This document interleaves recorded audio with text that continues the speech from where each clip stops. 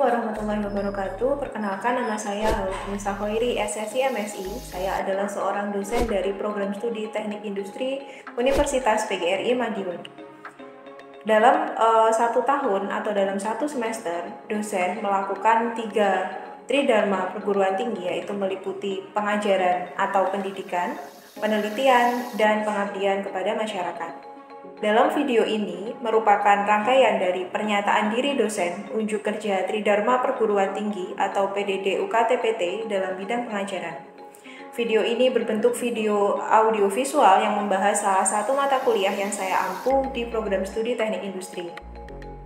Dalam video ini saya akan menyampaikan beberapa hal terkait dengan pembelajaran yang saya lakukan, meliputi deskripsi mata kuliah, kemampuan yang diharapkan, materi pembelajaran, sumber pembelajaran, metode pembelajaran, dan asesmen atau sistem penilaian mata kuliah untuk mahasiswa. Salah satu mata kuliah yang saya ampu adalah Statistika Teknik yang diambil oleh mahasiswa semester 4 di program studi Teknik Industri dengan bobot 3 SKS. Mata kuliah ini merupakan mata kuliah teori yang masuk dalam rumpun Basic Science dalam kurikulum Teknik Industri. Statistika teknik penting diajarkan kepada mahasiswa karena dalam mata kuliah ini akan diajarkan mengenai metode yang akan digunakan untuk menyelesaikan permasalahan yang ada di bidang industri. Sebelum mahasiswa menempuh mata kuliah statistika teknik, terlebih dahulu pada semester 1 sampai dengan semester 3, mahasiswa sudah mengambil mata kuliah matematika teknik sebagai prasyarat untuk menempuh mata kuliah statistika teknik. Dalam mata kuliah ini dibebankan capaian pembelajaran lulusan atau CPL dari program studi Teknik Industri yang meliputi sikap, di mana mahasiswa dapat menunjukkan sikap bertanggung jawab atas pekerjaan di bidang keahlian secara mandiri, pengetahuan yaitu menguasai kemampuan dalam menerapkan matematika, statistika, sains, dan analisis engineering pada penyelesaian masalah di bidang teknik industri. Lalu kemampuan umum di mana mahasiswa mampu mengambil keputusan secara tepat dalam konteks penyelesaian masalah di bidang keahliannya berdasarkan pada hasil analisis informasi dan data. Dan yang terakhir adalah kemampuan khusus di mana mahasiswa mampu menerapkan matematika, sains, dan prinsip rekayasa atau engineering principles untuk menyelesaikan masalah rekayasa kompleks pada sistem terintegrasi meliputi manusia, material, peralatan, energi, dan informasi.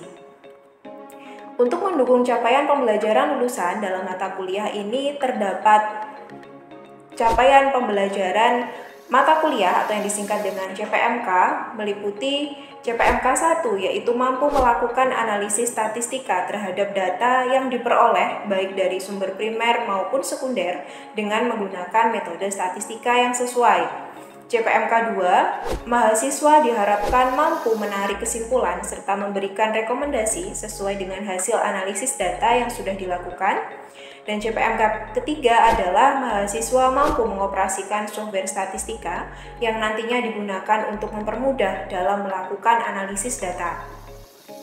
Berdasarkan 3 CPMK tadi, selanjutnya dijabarkan lagi ke dalam sub CPMK. Yang pertama yaitu mahasiswa mampu menguraikan konsep statistika serta memberikan contoh bagaimana penerapan statistika di bidang industri. Lalu yang kedua, mahasiswa mampu menghitung nilai yang ada pada kelas interval di data kelompok yang berasal dari data tunggal serta membuat histogram, OGIF dengan cara manual maupun dengan menggunakan software statistika yaitu Microsoft Excel dan juga Minitab. Lalu yang ketiga adalah mahasiswa mampu menghitung ukuran pemusatan data baik untuk data tunggal maupun data kelompok serta mampu menginterpretasikan nilai dari pemusatan data itu. Yang keempat, mahasiswa mampu menghitung ukuran penyebaran data untuk data tunggal maupun data kelompok serta dapat menginterpretasikan nilai dari penyebaran data tersebut. Yang kelima adalah mahasiswa mampu menghitung nilai distribusi peluang, menyelesaikan soal peluang, serta mampu mengoperasikan software untuk mempermudah dalam menghitung nilai peluang. Yang keenam, mahasiswa mampu menghitung nilai peluang diskrit, menyelesaikan soal peluang menggunakan distribusi peluang diskrit, serta mampu mengoperasikan software untuk mempermudah dalam menghitung nilai peluang untuk distribusi diskrit. Yang ketujuh, mahasiswa mampu menghitung, menginterpretasikan hasil analisis studi kasus yang berkaitan dengan distribusi normal, serta dapat menggunakan software untuk membantu dalam menganalisis distribusi normal, yaitu dalam hal ini adalah software Minitab. Yang kedelapan adalah mahasiswa mampu merumuskan hipotesis, menginterpretasikan hasil uji hipotesis, serta mampu mengoperasikan software yang digunakan untuk uji hipotesis dalam satu populasi. Yang kesembilan masih berkaitan dengan sub CPMK yang ke-8. Untuk yang ke-9 ini adalah uji hipotesis yang digunakan pada dua populasi, sehingga mahasiswa diharapkan mampu merumuskan hipotesis, menginterpretasikan, serta mampu mengoperasikan software untuk uji hipotesis pada dua populasi. Dalam mata kuliah statistika teknik, disampaikan dalam waktu 1 semester, yang terbagi ke dalam 16 kali pertemuan yang terdiri dari 14 pertemuan adalah penyampaian materi, pemberian tugas, serta diskusi, satu pertemuan yang akan digunakan untuk ujian tengah semester, dan satu pertemuan yang akan digunakan untuk ujian akhir semester. Adapun materi yang disampaikan dalam satu semester adalah pengantar statistika industri, jenis data dan pengumpulan data, statistika deskriptif secara visual dengan menggunakan grafik, statistika deskriptif secara nominal meliputi ukuran pemusatan data dan ukuran penyebaran data, fungsi distribusi peluang diskrit, distribusi peluang kontinu, dan uji hipotesis menggunakan min serta proporsi pada satu sampel, dan yang terakhir adalah uji hipotesis menggunakan min dan proporsi untuk dua sampel. Sumber pembelajaran yang digunakan dalam mata kuliah statistika teknik terdiri dari 4 sumber pembelajaran. Yang pertama adalah buku referensi yang dapat didownload mahasiswa pada aplikasi e-learning Unipma atau ELMA. Yang pertama adalah buku dari Walpole dengan judul Probability and Statistics for Engineers and Scientists. Lalu yang kedua adalah buku dari Slamet Rianto dengan judul Metode Riset Penelitian Kuantitatif yang digunakan untuk penelitian di bidang manajemen, teknik, pendidikan, dan eksperimen. Serta yang ketiga adalah buku ajar yang saya susun dengan judul Statistika untuk Industri, di mana di dalamnya ada teori dan juga ada pengolahan data dengan menggunakan Microsoft Excel dan juga Minitab. Selain menggunakan buku referensi, mahasiswa juga diberikan link video YouTube, di mana dari beberapa video YouTube tersebut adalah video yang saya buat untuk mempermudah mahasiswa dalam menganalisis data menggunakan Minitab. Jadi pada video itu saya berikan tutorial mengenai Minitab, bagaimana menganalisis data dengan menggunakan Minitab dan juga dengan menggunakan Microsoft Excel. Lalu sumber pembelajaran yang ketiga adalah LMS dari Universitas PGRI Madiun atau e-learning Unipma atau ELMA, di mana dalam ELMA itu saya biasa membagikan materi, membagikan link video, dan juga sebagai sarana mahasiswa dalam pengumpulan tugas, sehingga mahasiswa bisa mengakses nilai yang sudah saya berikan untuk setiap tugas yang sudah dikumpulkan oleh mahasiswa di ELMA. Yang keempat adalah paper yang relevan dengan pembelajaran yang sedang dibahas di kelas, yaitu mengenai penerapan statistika dan juga metode-metode statistika yang digunakan. Kegiatan pembelajaran dalam mata kuliah ini meliputi yang pertama adalah paparan materi dalam bentuk ceramah secara luring di kelas, lalu yang kedua paparan materi dalam bentuk ceramah daring melalui video conference jika dosen berhalangan hadir di kelas. Lalu yang ketiga adalah proses tanya jawab di kelas setelah dosen menyampaikan materi. Yang keempat adalah diskusi di kelas antara mahasiswa dengan mahasiswa dan juga bisa juga dilakukan antara mahasiswa dengan dosen. Diskusi kelompok ini diharapkan dapat lebih mempermudah mahasiswa dalam menentukan atau menyelesaikan soal yang sudah diberikan oleh dosen di kelas. Lalu yang kelima adalah video pembelajaran yang bersumber dari YouTube. Yang keenam adalah resitasi atau meringkas materi yang sudah disampaikan oleh dosen, baik itu materi yang disampaikan oleh dosen di kelas maupun paper yang diberikan oleh dosen, sehingga mahasiswa diharapkan lebih memahami materi yang disampaikan pada saat perkuliahan berlangsung. Lalu yang ketujuh adalah inquiry learning, di mana pada pembelajaran ini diharapkan dapat merangsang mahasiswa untuk secara aktif berperan di dalam kelas atau student center learning dengan mengajukan pertanyaan dan juga aktif menjawab di kelas.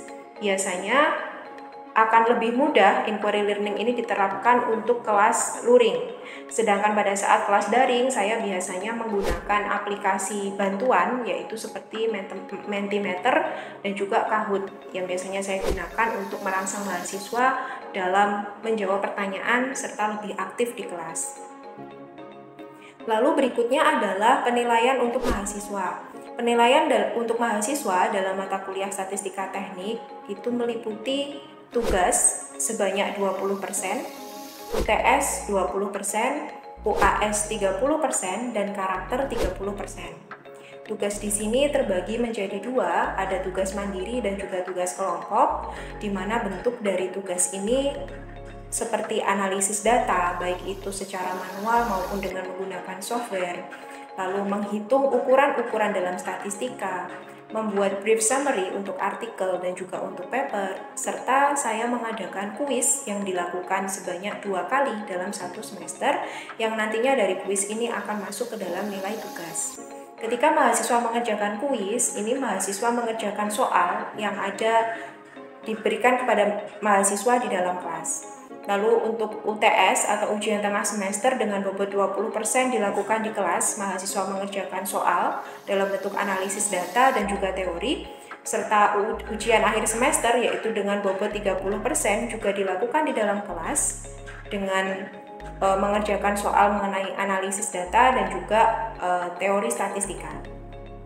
Dan yang terakhir adalah karakter sebanyak 30% bobotnya, di mana penilaian karakter ini meliputi kehadiran mahasiswa, sikap mahasiswa selama di kelas, keaktifan mahasiswa dalam diskusi, baik itu di kelas maupun keaktifan dalam menjawab pertanyaan.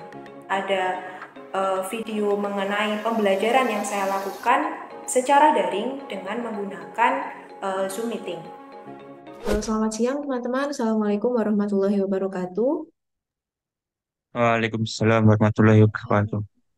Baik, terima kasih atas kehadirannya. Hari ini kita berjumpa kembali dalam mata kuliah Statistika Teknik. Kebetulan hari ini saya ada agenda di luar kota, jadi kita melakukan perkuliahan secara daring melalui media Zoom, ya. Bagaimana kabarnya hari ini? Sehat semua ya? Alhamdulillah. Oke. Hari ini saya cek di peserta sudah lengkap ya, satu kelas sudah masuk semua. Langsung saja pada pagi hari ini kita akan belajar materi yang baru ya, masih kelanjutannya materi minggu kemarin. Berkaitan dengan materi minggu kemarin, saya izin share screen dulu. Jadi materi kita hari ini itu adalah belajar mengenai uji hipotesis ya. Uji hipotesis ini masih ada hubungannya dengan materi terakhir yang kita pelajari, yaitu tentang distribusi normal dan juga tentang distribusi T atau T distribution dan normal distribution. Tujuan pembelajarannya adalah yang pertama itu mahasiswa mampu menyusun hipotesis. Tujuannya adalah untuk pengujian sesuai dengan data yang diperoleh. Lalu yang kedua, mahasiswa mampu melakukan pengujian sesuai dengan tujuan analisis data. Dan yang ketiga adalah mahasiswa mampu menggunakan software untuk pengujian hipotesis. Jadi data-data yang digunakan pada pengujian hipotesis itu ada dua sampel ya, ada yang sampel kecil dan ada yang sampel besar. Batasnya berapa? Suatu sampel dikatakan kecil itu jika jumlah sampelnya kurang dari 30 dan dia masuk dalam kategori sampel besar saat sampelnya itu lebih dari 30. Nah, nanti ketika datanya itu lebih dari 30 sampel, maka teman-teman bisa menggunakan software untuk pengujian hipotesis. Sebelum kita melanjutkan ke materi berikutnya, di sini ada satu link ya yang harus teman-teman isi, gitu ya. Saya stop share dulu.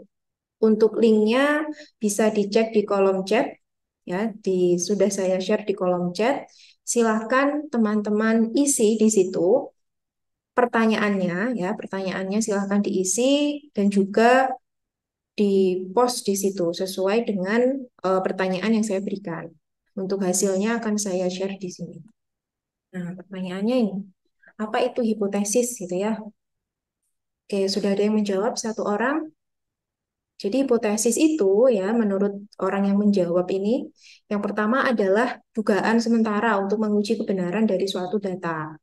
Lalu yang kedua adalah pernyataan atau teori. Nah, barangkali ada yang ketiga. Jawaban yang ketiga kira-kira apa? Kemungkinan. Oke. Hipotesis adalah suatu kemungkinan. Oke, ada empat, ada tambahan satu lagi ya. Ada dugaan sementara untuk menguji kebenaran suatu data, lalu ada juga pernyataan atau teori, dan yang ketiga, ini hampir sama jawabannya, yaitu hipotesis merupakan suatu kemungkinan. Ya, namanya kemungkinan berarti dia mungkin benar, mungkin juga salah, gitu ya. Saya kembali lagi ke materi.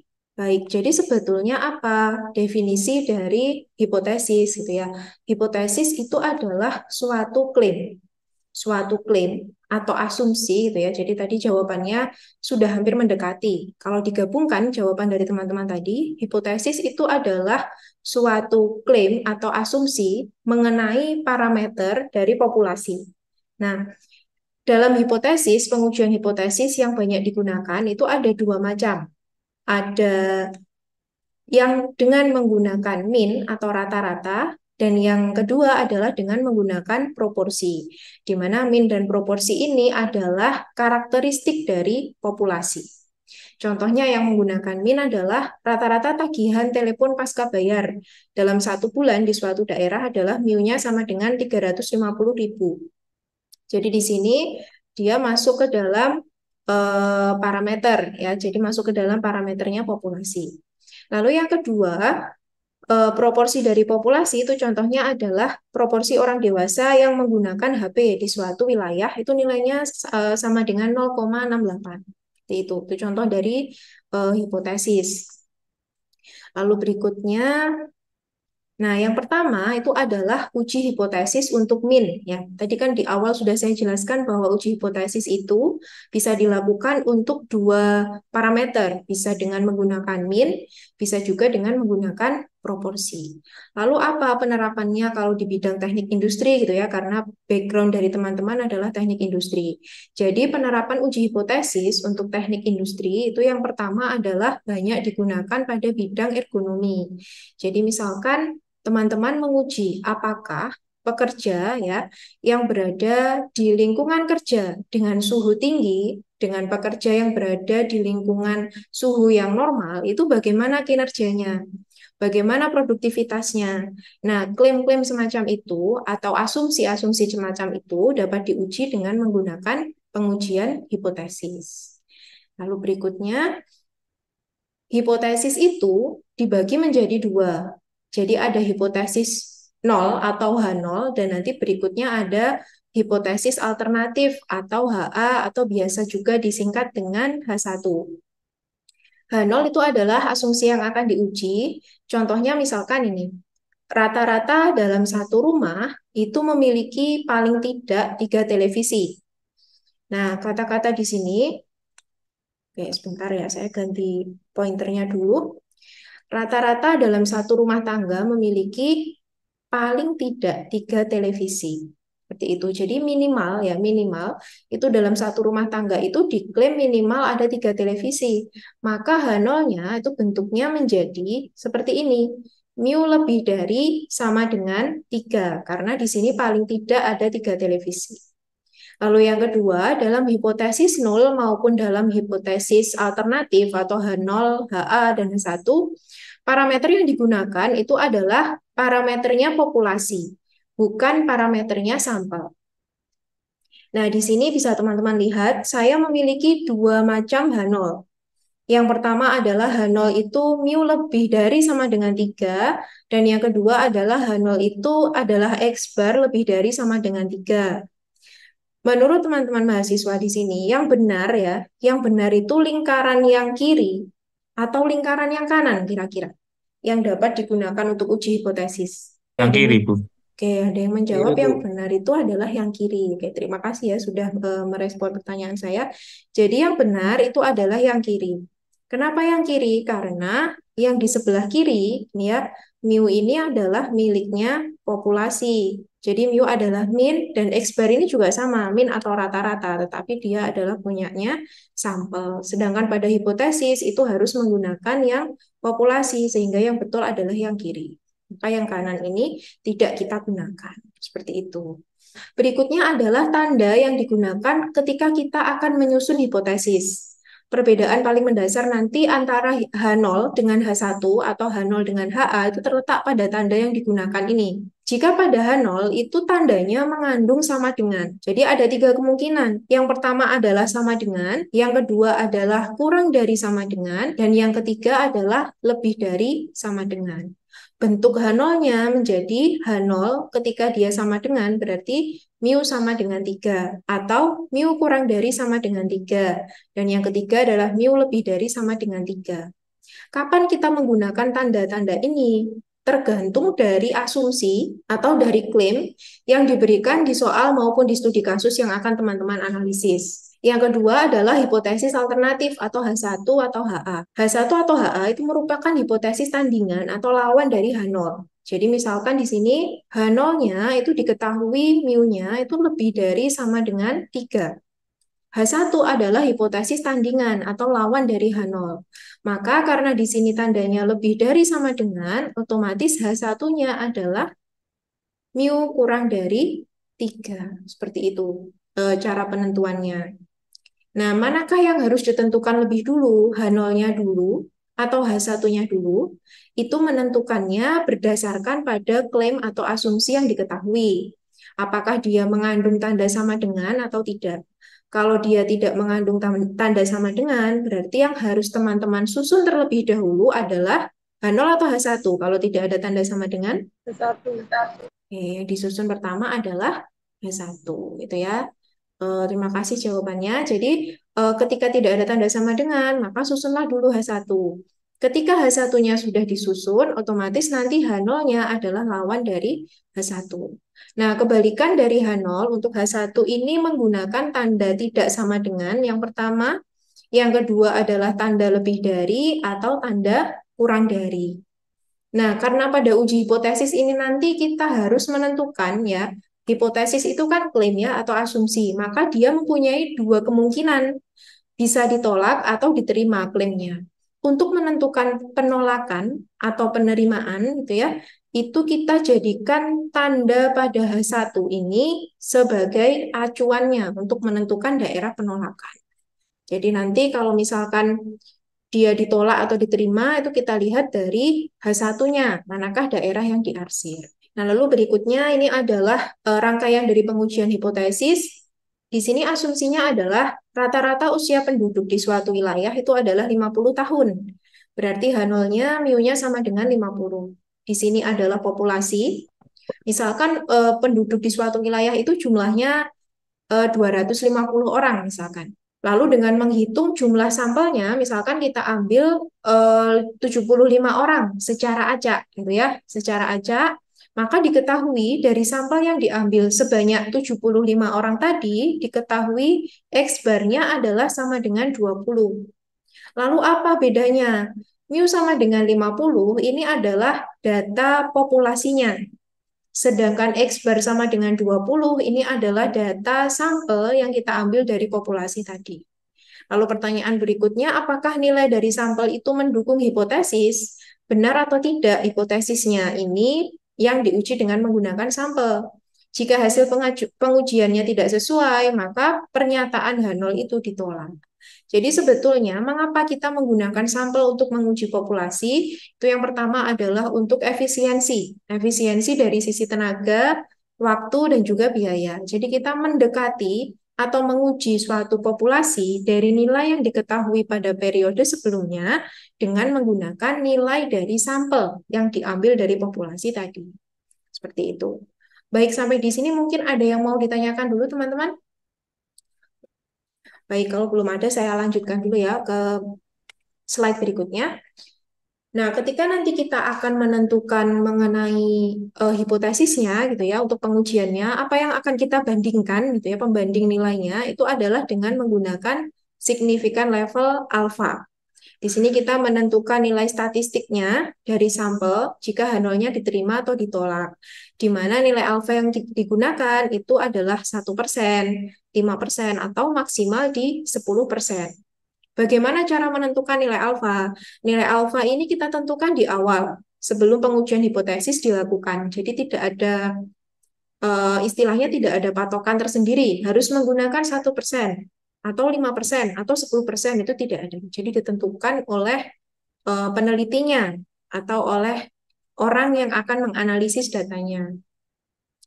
Nah, alfa ini akan menjadi nilai yang diuji untuk menentukan penerimaan atau penolakan hipotesis. Seperti itu untuk signifikansi levelnya. Lalu ini adalah gambar dari daerah penolakan dan juga daerah penerimaan. Nah, seperti yang saya katakan pada slide sebelumnya tadi, untuk menentukan ini ya daerah penolakan yang berwarna biru ini adalah daerah penolakannya. Kapan kita menggunakan warna biru yang sebelah kiri, yang sebelah kanan, atau ada di dua-duanya kanan dan kiri, itu bergantung pada ini, pada HA-nya. Ketika nilai hipotesis alternatifnya itu mengandung tanda kurang dari ya, di sini tandanya kurang dari, maka daerah penolakannya itu berada pada sebelah kiri. Dengan represent critical value-nya itu ada di sini yang ditentukan dari nilai alfanya saat alfanya diketahui. Atau bisa juga ditentukan dari z-tabel atau t-tabel. Lalu ketika HA-nya itu mu-nya lebih dari 3, maka daerah yang ditolak itu berada pada sebelah kanan. Lalu bagaimana kriteria ditolak dan diterima? Peraturannya seperti ini, teman-teman. Jadi minggu kemarin kita sudah belajar ada dua jenis pengujian, ada uji Z, ada juga uji T. Nah, ketika kita menggunakan uji Z, artinya dia berdistribusi normal, maka di sini ada Z hitung. Ketika Z hitungnya itu kurang dari min Z alfa, berarti tempatnya ada di sebelah kirinya tanda bintang. Kalau dia ada di sebelah kirinya tanda bintang, otomatis dia masuk ke dalam daerah yang berwarna biru. Jadi, kalau dia berada pada daerah yang berwarna biru, maka H0-nya itu ditolak. Tapi kalau misalkan hipotesis alternatifnya itu mu-nya lebih dari 3, maka di sini Z hitung lebih dari Z alfa, artinya Z hitungnya itu ada di sebelah kanan di sini. Kalau Z hitungnya lebih dari Z alfa di sebelah kanannya, maka keputusannya adalah menolak H0. Gitu juga untuk yang ini, kalau tandanya ada tanda tidak sama dengan, berarti ada dua di sebelah kiri dan ada di sebelah kanan daerah penolakannya. Jika salah satu yang dipenuhi ini, misalkan Z hitungnya lebih dari Z alfa per 2, artinya ada di sebelah kanan, berarti dia masuk daerah penolakan. Seperti itu. Nah, ini alfanya dibagi dua ya. Jadi misalkan alfanya 5%, karena di sini tandanya tidak sama dengan, maka alfa per 2-nya berapa persen? 2,5. 2,5%. Oke, yang di sini juga sama, 2,5%. Nah, nanti di sini dilihat batasnya berapa untuk yang positif dan untuk yang negatif. Baik, teman-teman, kesimpulannya ya untuk pertemuan pada kesempatan kali ini itu ya bahwa uji hipotesis itu penting dilakukan ketika kita akan mengetahui klaim atau asumsi dari suatu data populasi dengan menggunakan sampel, gitu ya. Baik, ada yang mau ditanyakan dulu barangkali sebelum saya akhiri perkuliahan pada hari ini. Baik, Belum kalau ada, Bu. Oke, kalau belum ada pertanyaan, materinya ini sudah saya share di Elma ya teman-teman. Dan juga nanti untuk recordingnya akan saya berikan di Elma, begitu juga untuk eh, Minitab dan juga Excel-nya nanti yang akan digunakan untuk praktikum analisis data.